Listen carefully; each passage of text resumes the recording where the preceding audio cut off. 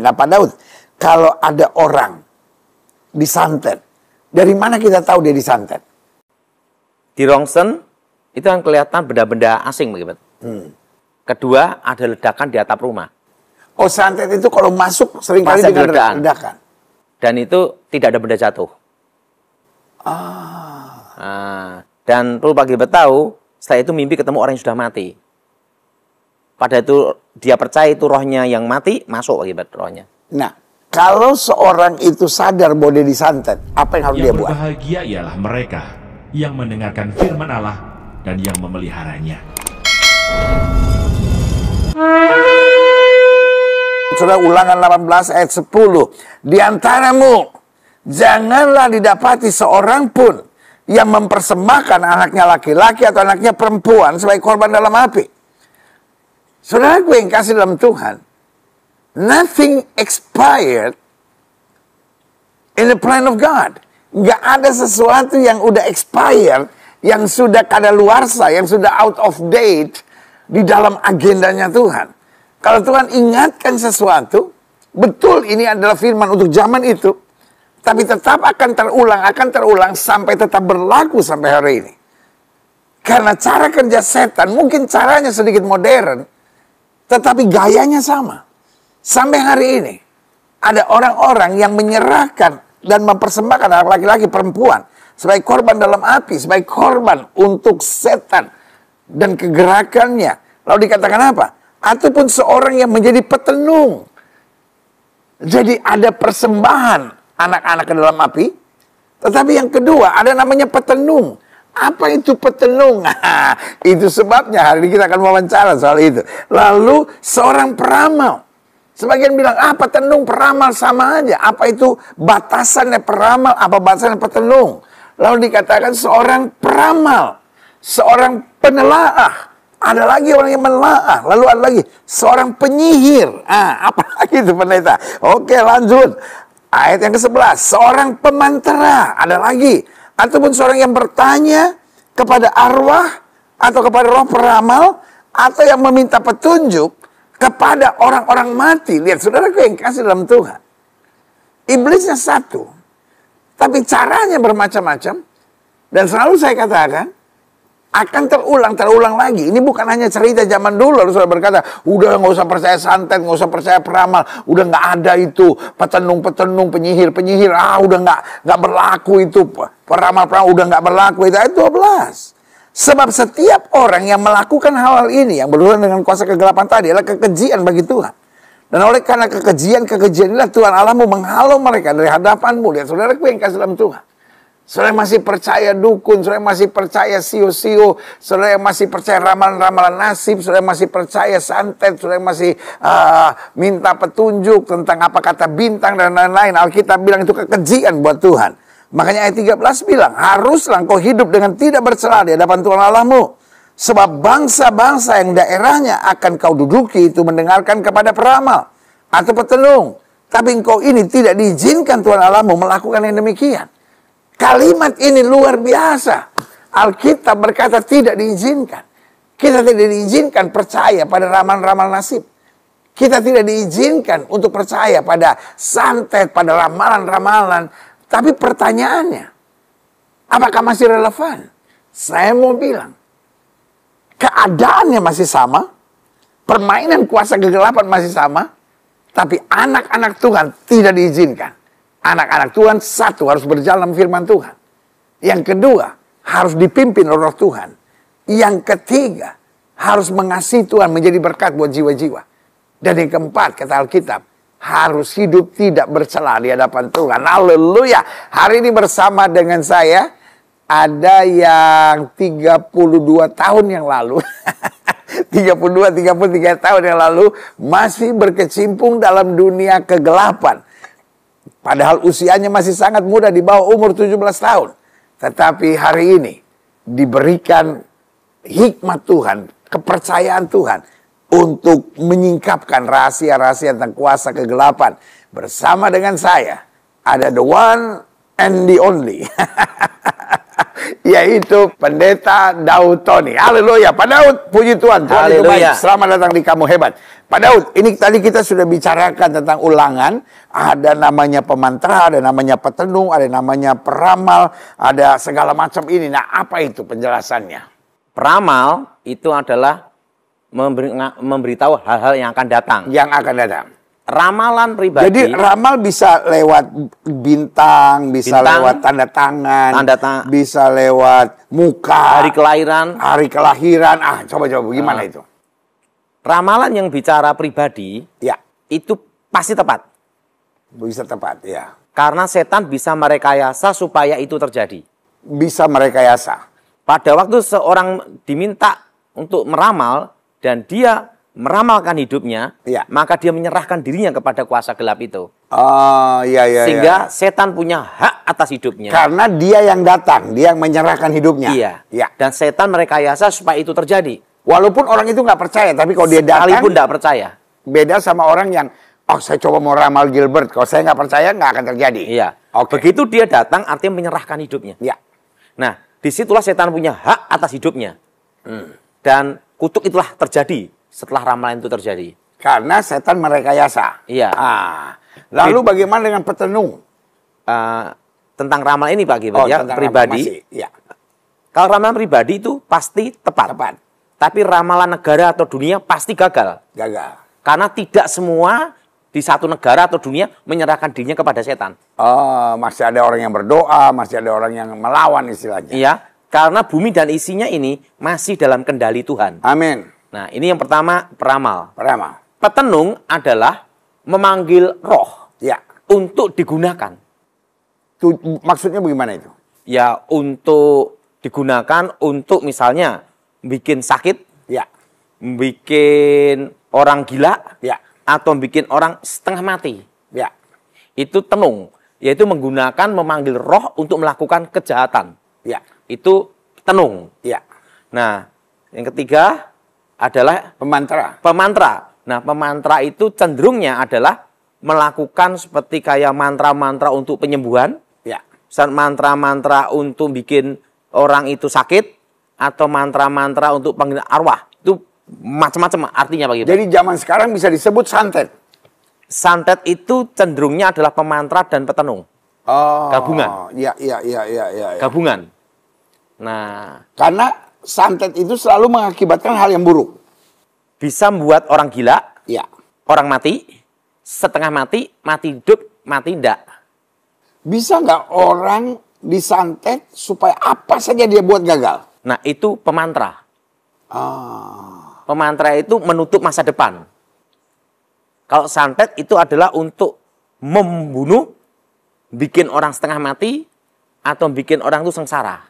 Nah, kalau pemantra itu bisa nggak termasuk membuat orang nggak bisa dapat jodoh? Bisa. Itu pemantra menutup masa depan. Jadi kan kita seringkali jumpai orangnya cantik. Terus karakternya juga baik. Orangnya juga ramah sama orang. Tapi susah dapat pasangan teman hidup. Dimantrai bisa. Karena dulu pernah misalnya menyakiti hati orang yang mencintai dia misalnya. Itu pemantra. Pemantra itu cenderungnya sumpah serapah Pak Gilbert. Naruh kutuk gitu ya? Iya. Menutup masa depan. Makanya saya ajarkan doa darah Yesus buka masa depan. Wow, saudara-saudara yang saya tidak bilang semua orang yang belum dapat pasangan teman hidup pasti dimantrai gitu. Tetapi kalau saudara sudah bercermin, sudah berkaca, sudah berjuang, lalu semuanya kelihatan tertutup, tetap aja saudara nggak bisa dapat pasangan teman hidup. Hari ini Pendeta Daud Tony membuka rahasianya, bisa jadi dimantrai. Dan diberitahu juga cara doanya. Darah Yesus buka masa depan. Buka kembali masa depan saya. Dan Pak Gilbert, haleluya. Nanti di program selanjutnya, nanti kita bahas lebih dalam, namanya kawin roh. Wih, ada lagi. Wait and see, kawin roh. Nah, satu lagi Pak Daud, penyihir.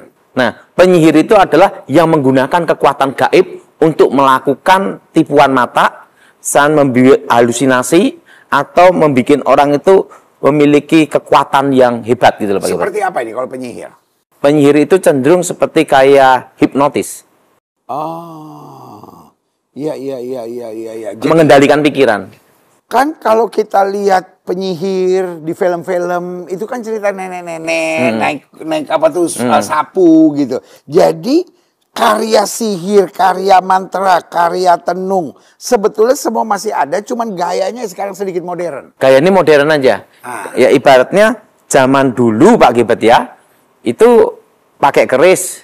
Ya. Zaman sekarang kalau baca mantra cukup online. Bisa kirim pakai komputer. Bisa pakai komputer. Wow.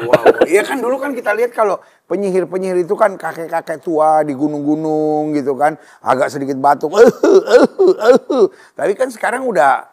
Jadi penyihir itu kebanyakan menggunakan kekuatan manipulasi. Manipulasi alam bawah sadar. Nah, bagaimana dengan yang orang sebut sebagai paranormal zaman sekarang? Nah, itu? Paranormal itu adalah orang yang dianggap memiliki kemampuan supranatural di atas manusia normal. Nah, dia itu sebenarnya penyihir, petenung, peramal atau penyihir. Pemantra. Jadi sebetulnya tukang sihir mode baru. Model baru. Penyihir sama pemantra. Bagaimana dengan orang sekarang yang bilang, "Oh, kalau saya tidak main black magic, saya cuma white magic." Bagaimana itu? Sebenarnya ilmu hitam, ilmu putih itu sama aja Pak Gibet. Yang beda hanya kutukannya, setannya tetap sama. Jadi sudah jangan tertipu, jangan selalu bilang, "Oh pendeta, ini orang pintar." Orang pintar dan dia bukan main dengan black magic, dia justru main dengan white magic. Jadi dia nggak bisa buat orang sakit, dia cuma bisa buat orang sembuh. Dia nggak bisa celakain orang, dia nggak bisa tutup masa depan orang, tutup perjodohan orang. Tetapi yang ditutup perjodohannya bisa dia buka. Yang ramal akan mati muda, dia bisa lepaskan dari ramalan itu. Dan dia juga pakai Alkitab kok, dia baca Alkitab. Nah, bagaimana Daud dengan yang seperti ini? Itu kan namanya nabi palsu Pak Gibet. Nabi palsu itu kan juga bisa menggunakan ayat Alkitab. Karena ada dukun-dukun tertentu yang menggunakan kitab-kitab agama semua Pak Gibet. Namanya sinkritisme.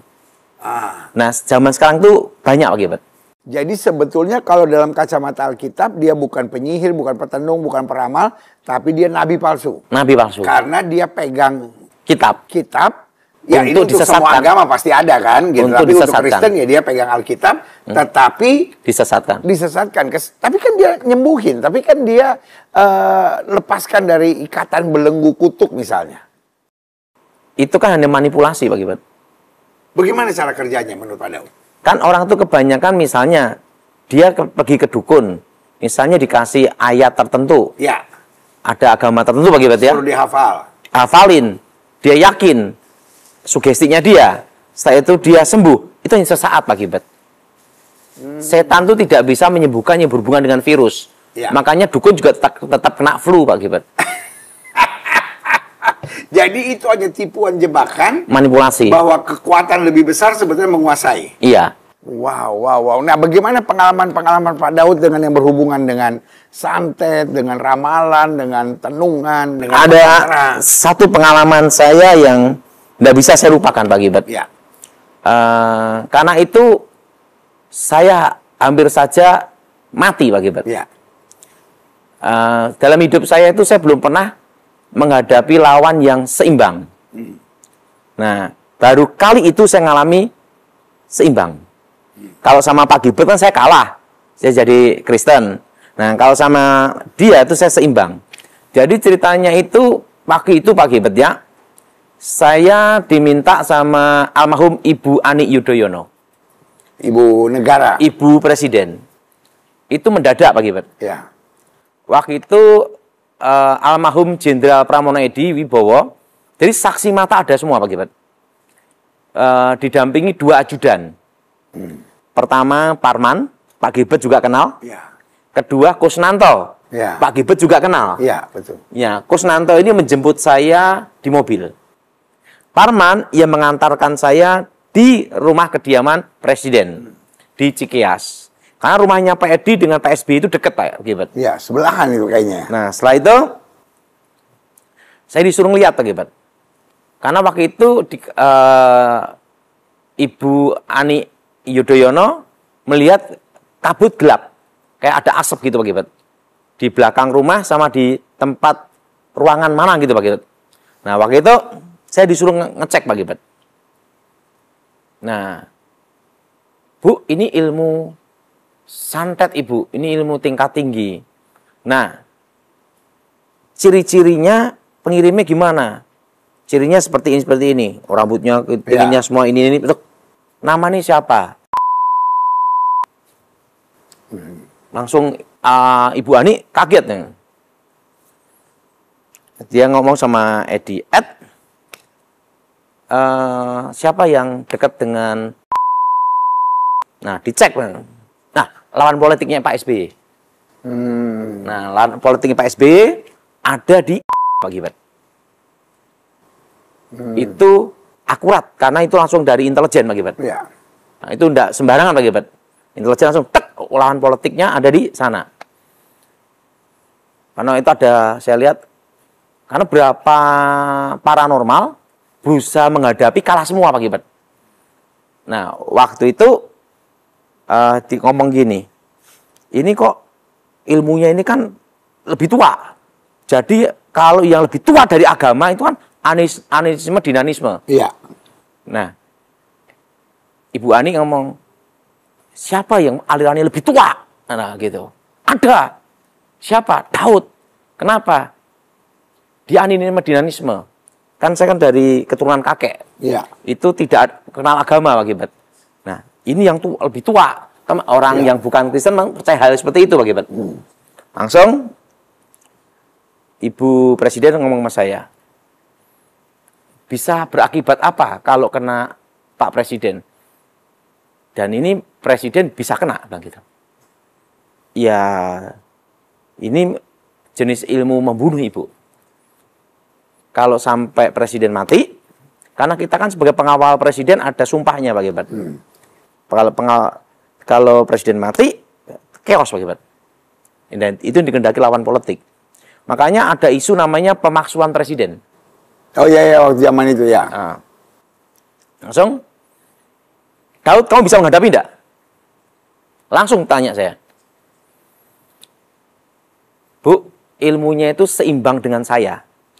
Baik kemampuan supranatural maupun kekuatan kanuragannya, termasuk batinnya. Sama dengan waktu saya belum bertobat. Kalau dalam pertarungan, Ibu, itu pasti salah satu ada yang mati. Tidak ada yang lolos dua-duanya hidup Pak Gilbert. Dalam pertarungan kekuatan gaib itu tidak ada yang lolos dua-duanya hidup Pak Gilbert. Pasti salah satu ada yang mati. Bahkan bisa mati dua-duanya Pak Gilbert. Nah, kamu bisa ngalahkan enggak? Jenderal Edi Wibowo berkata, kamu bisa ngalahkan enggak? Ibu Ani ngomong, kamu hadapi. Bisa enggak? Bu, beri waktu saya 3 bulan. Itu kira-kira kalau enggak salah Pak Gilbert tahun 2011. 2011 ya. Nah, kalau saya kalah, saya berarti mati Ibu. Tapi kalau saya gugur dalam tugas ini, saya minta anak-anak saya untuk dipelihara, dirawat, sampai lulus kuliah. Dan perlu Pak Gilbert tahu bahwa anak saya Felicia itu sekolahnya dari kecil yang biayai adalah Ibu Ani. Ibu Ani Yudhoyono ini biayain anak saya sekolah. Nah, termasuk hal itu kan sebagai jasa waktu saya ngawal beliau. Nah, setelah itu Pak Gilbert, tolong ini supaya dirawat anak saya. Karena saya akan menghadapi pertarungan yang sebenarnya. Ya. Nah, saya minta izin dulu Ibu untuk ke Solo, untuk kemungkinan saya bisa melihat yang terakhir kalinya. Melihat anak-anak saya. Dan Edi Wibowo berkata, ya dah nanti langsung Kusnanto nanti akan urus semuanya. Ya. Urus, saya sampai rumah Pak Gilbert. Ya, sebagai seorang prajurit Pak Gilbert ya. Yang akan tahu bahwa nanti di depan kita untuk gugur itu kan 50%, ya. Hidup 50% Pak Gilbert. Ya. Anak saya Felicia, saya peluk Pak Gilbert. Karena kemungkinan itu yang terakhir kalinya. Bisa jadi. Nah, saya lihat istri saya peluk dia juga. Istri saya kaget. Tapi ada apa? Ada apa? Karena saya itu kan tidak romantis Pak Gilbert. Tiba-tiba kok meluk itu dia kaget Pak Gilbert. Dalam hati, tidak apa-apa. Tapi dalam hati saya, ini kemungkinan yang terakhir. Nah, setelah itu, saya juga nemuin notaris Pak Gilbert. Untuk bikin surat wasiat Pak Gilbert. Untuk disiapkan semuanya. Nah, tapi nanti begitu kalau saya tidak gugur, langsung dibuang. Jadi notaris siapkan untuk surat wasiat Pak Gilbert. Udah, selesai. Saya langsung dijemput sama Komando Pasukan Khusus Pak Gilbert, Kopassus. Nah, saya fokuskan pertarungan itu di Jakarta. Disiapkan di Jakarta Pak Gilbert. Di suatu tempat, itu di Pondok Indah Pak Gilbert. Pak Gilbert pernah ke sana. Oh, yang tempat di situ ya. Dan Edwibo juga langsung juga di situ diamankan juga dengan beberapa personil Kopassus, Sandi Yuda Pak Gilbert. Untuk menjaga saya supaya fokus dalam pertempuran. Gitu. Nah, waktu itu pertama itu saya ada ular-ular itu berdatangan Pak Gilbert. Di rumah itu Pak Gilbert. Nah, saya doa darah Yesus sucikan, darah Yesus bentengi. Demi nama Yesus roh jahat keluar. Maka saya sangat yakin dan percaya kuasa darah Yesus Pak Gilbert. Oh, haleluya. Setelah itu saya berbahasa roh itu Pak Gilbert ya. Saya doa darah Yesus. Ular-ularnya langsung jadi kayak asap Pak Gilbert. Nah, setelah itu yang kedua Pak Gilbert ya, langsung ada pakai trisula Pak Gilbert. Bus! Nah, itu kena bagian sini saya Pak Gilbert. Kaki bagian dalam, paha dalam. Sampai sekarang saya masih sakit Pak Gilbert. Waktu itu saya doa lagi, darah Yesus, hancurkan kutuk, hancurkan roh jahat. Tapi saya fokuskan doa saya itu ke wajah. Nah, karena ada suatu rahasia tersendiri yang saya sudah disumpah tidak boleh dibocorkan. Suatu teknik, bagaimana teknik itu mengalahkan lawan dengan kekuatan lawan, Pak Gilbert. Ya. Dan itu saya disumpah sama Kepala Staf Angkatan Darat tidak boleh dibocorkan teknik itu. Karena yang tahu hanya saya sama guru saya. Guru saya meninggal, saya masih hidup Pak Gilbert. Karena kalau sampai bocor bahaya Pak Gilbert. Nah, langsung itu, nah yang ketiga langsung seorang dewi tangannya banyak Pak Gilbert. Saya doa darah Yesus gitu Pak Gilbert. Saya fokuskan supaya kekuatan lawan itu menyatu berkumpul Pak Gilbert. Nah, inilah teknik rahasia itu Pak Gilbert yang tidak boleh diajarkan dan sangat rahasia. Nah, setelah saya fokuskan, langsung saya arahkan supaya kekuatan yang dikirim dari kena ke dia langsung. Tepat jadi bagian jantung. Dia sendiri yang menyerang dirinya sendiri. Saya fokuskan jantung. Karena saya itu punya keahlian khusus bagian jantung, Pak Gilbert. Jadi lawan-lawan kebanyakan mati pasti jantung, Pak Gilbert. Shop, selesai.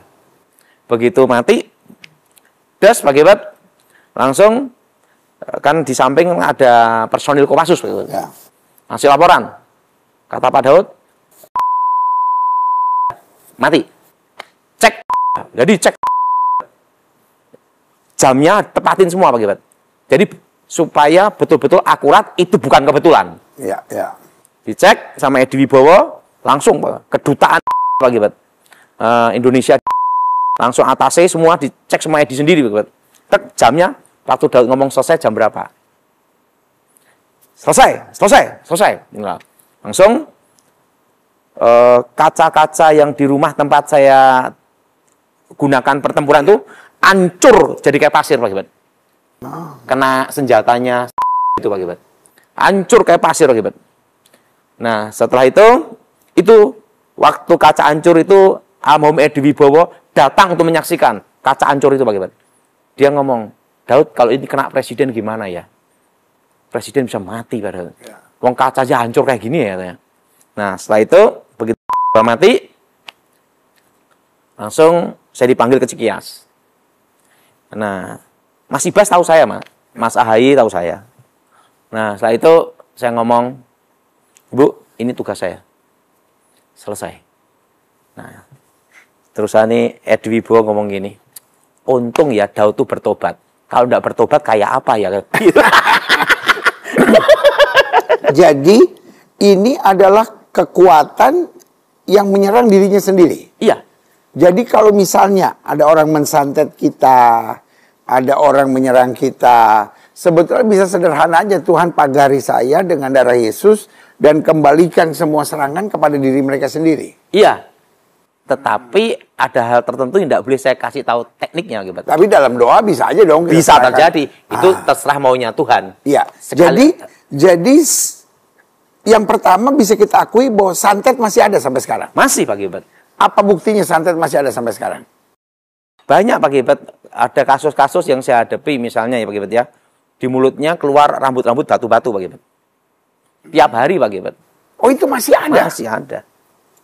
Urusan ada Dan keluar itu minyak. real, itu benar. Itu real, bukan istilahnya cuma alam hayalnya nih ada bisa kelihatan rambut-rambutnya. Kelihatan nyata. Orang kena santet itu kalau di CT scan atau di ronsen itu kelihatan. Yang ada paku-paku begitu kan? Iya. Oh. Orang pasang susu aja di ronsen kelihatan akibat. Tapi yang jelas satu akibat. Ada nama Yesus yang luar biasa. Amin. Perlu Pak Gilbert tahu, sekalipun tidak tahu rahasia teknik saya, dia cukup doa darah Yesus pun hasilnya juga tetap sama Pak Gilbert. Nah, bagaimana dengan ilmu-ilmu yang susuk-susuk? Jadi orang kelihatan lebih cantik, kelihatan lebih ganteng. Nah, apa akibatnya kalau orang pakai itu? Itu rumah tangga hancur, dan matinya susah Pak Gilbert. Nah, itu nanti kita bahas di program berikutnya Pak Gilbert. Di program berikutnya. Bagaimana cara ngalahkannya? Itu pun bisa dikalahkan karena pada dasarnya juga bisa membahayakan. Jadi ada orang-orang yang menurut orang tertentu pas dia tuh kayak cantik gitu, kayak ganteng gitu. Tetapi buat orang lain enggak tuh.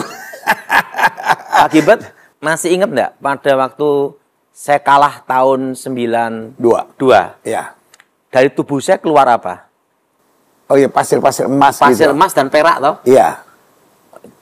Dari pori-pori kulit saya. Iya. Itu yang ditanam dalam badan saya semua Pak Gilbert. Oh, dia hancur. Hancur kan. Kekuatan Tuhan tuh lebih hebat Pak Gilbert daripada setan. Karena kan kamu dulu ada besi kuning. Besi kuning, terus kitab Stambul, Stambul, ulang kebolando, kol buntet, macam-macam Pak Gilbert. Ada 100 pusaka Pak Gilbert. Iya, kamu cabut gitu. Karena waktu itu saya kebetulan yang berdoa bersama beberapa rekan-rekan untuk pelepasan pendeta Daud Tony. Tiba-tiba ada sesuatu yang diambil dari tangannya, ada sesuatu yang diambil dari belakangnya. Lalu ada teman saya, kebetulan hamba Tuhan juga. Nah dia ini kalau doa kalau saya ini alirannya agak lain. Saya kalau aliran doa ya saya usir aja dalam nama Yesus setan keluar. Nah aliran teman saya, aliran nanya-nanya gitu. Ini roh apa ini roh apa gitu. Ya biasanya saya larang. Cuman karena banyak jadi saya pikir-pikir seru juga gitu. Karena ada yang diambil dari tangan. Kebetulan saya yang paling saya ingat cuma 2. Yaitu kitab Stambul sama besi kuning. Iya. Besi kuning kalau nggak salah untuk apa kebal. Nah, terus kitab Stambul untuk apa kebal gitu. juga. Oh. Kan saya ilmunya banyak Pak Gilbert. Iya, banyak sekali. Dan saya kan dibekali 100 macam pusaka Pak Gilbert. Wow. Dan yang ditanam dalam badan saya dulu banyak Pak Gilbert. Oh, itu yang akhirnya keluar jadi pasir serbuk itu. Jadi kan keluar dari badan saya semua. Iya. Seluruh badan pasir emas sama pasir pasir perak. Perak, iya. Pak Gilbert pasti ingat perak-perak keluar Iya, mengalir itu. Iya. Wow, lihat saudaraku yang kasih dalam Tuhan. Kadangkala kita pikir kita hebat dengan semua ilmu itu. Dan kadangkala kita pikir kita tertekan dengan serangan-serangan kuasa kegelapan. Tetapi ada satu kalimat yang luar biasa. Roh yang di dalam kita lebih besar dari roh yang alam dunia ini. Nah Pak Daud, kalau ada orang disantet, dari mana kita tahu dia disantet? Di rongsen itu yang kelihatan benda-benda asing begitu. Kedua ada ledakan di atap rumah. Oh, santet itu kalau masuk seringkali dengan ledakan. Dan itu tidak ada benda jatuh. Dan perlu Pak Gilbert tahu, setelah itu mimpi ketemu orang yang sudah mati. Pada itu dia percaya itu rohnya yang mati, masuk Pak Gilbert rohnya. Nah, kalau seorang itu sadar bahwa dia disantet, apa yang harus dia buat? Doa darah Yesus, udah cukup Pak Gilbert. Demi nama Yesus roh jahat keluar. Dan kalau dia berdosa, dia juga harus tinggalkan dosanya. Selesai udah. Lihat, saudaraku yang kasih dalam Tuhan, setannya boleh rumit, tapi Yesusnya luar biasa. Pak Gilbert, ada satu pengalaman saya. Silakan. Kita dulu waktu sebagai pengawal presiden, kita kan ada namanya tes psikologis, Pak Gilbert. Tes psikologi. Nah, dan saya... Untuk layak atau enggak? Iya, dan saya ini kan terpilih di antara 200 juta manusia, satu-satunya sipil, Pak Gilbert. Yang mengawal. Yang mengawal. Saya pengawal Ibu Presiden secara senyap dan rahasia. Makanya di pasukan yang rahasia, pasukan elit, Pak Gilbert ya, itu justru tidak kelihatan yang gini-gini, Pak Gilbert. Ya. Nggak kelihatan, Pak Gilbert. Jago tembak, jago lempar pisau, ahli bom, itu nggak kelihatan gini-gini, Pak Gilbert. Tapi senyap. Senyap. Nah, dan rata-rata jarang pakai namanya baju seragam, Pak Gilbert. Baju safari itu jarang. Mereka menyamar. Gitu. Nah, saya dipilih di antara satu-satunya sipil di antara 200 juta manusia. Nah, waktu tesnya gini, Pak Gilbert. Saya kan tidak ada pendidikan militer. Ya. Dan saya tidak ada doktrin militer. Saya nyari waktu itu ditanya. Dan yang langsung nanya saya itu almarhum Edi Wibowo. Di depan Ibu Presiden, Pak Gilbert. Iya. Jadi yang langsung screeningnya itu, Pak Gilbert. Saya ditanya gini, sama Edi Wibowo, Daud, kalau kamu yang megang komando perintah, oke? Dan ini mobil presiden iring-iringan, dan kamu ada di iring-iringan itu. Tiba-tiba ada helikopter, di dalam helikopter itu ada orang tuamu kandung. Dan di situ juga ada komandan kamu. Tetapi helikopter itu tepat ada di atas mobil presiden. Apa yang harus kamu lakukan? Tahu enggak saya jawab apa, Gilbert? Sesuai insting saya tembak. Loh, kenapa? Berarti ada sabotase. Artinya apa? Orang tua saya pasti disandra. Dan tujuannya pasti adalah untuk pembunuhan presiden. Nah, saya lebih baik mengorbankan orang tua saya untuk menyelamatkan presiden karena untuk negara saya. Karena kalau sampai presiden mati, chaos. Dan itu sangat berbahaya. Tapi kalau orang tua saya mati, dia sebagai martir dan gugur sebagai pahlawan. Jadi saya ikhlaskan, saya perintahkan, langsung tembak. Ini bukan datang dari mantra, tapi dari hikmat surga. Saya langsung ngomong gitu aja, Pak Gilbert. Tahu enggak Ibu Ani berkata apa? Enggak salah kita milih dia. Enggak usah diajari, dia udah tahu apa yang harus dilakukan. Karena gini, Pak Gilbert. Disitulah saya ngomong sama beliau, Ibu Ani ya. Karena tugas pengawal adalah siap menjadi tameng hidup dan mati untuk presiden.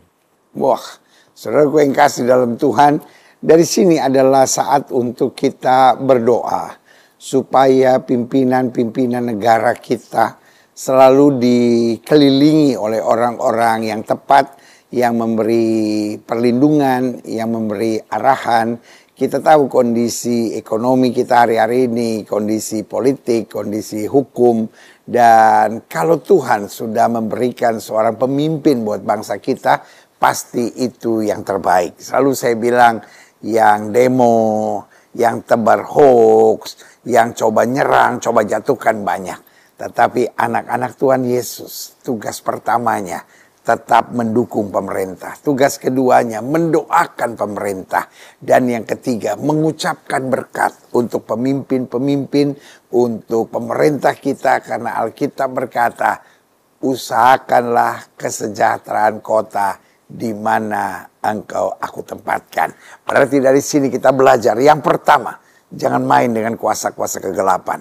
Yang kedua, kalau kuasa kegelapan menyerang kita, lawan. Dengan apa? Kuasa darah Yesus. Dan yang ketiga, nah ini yang saya juga mau tanya.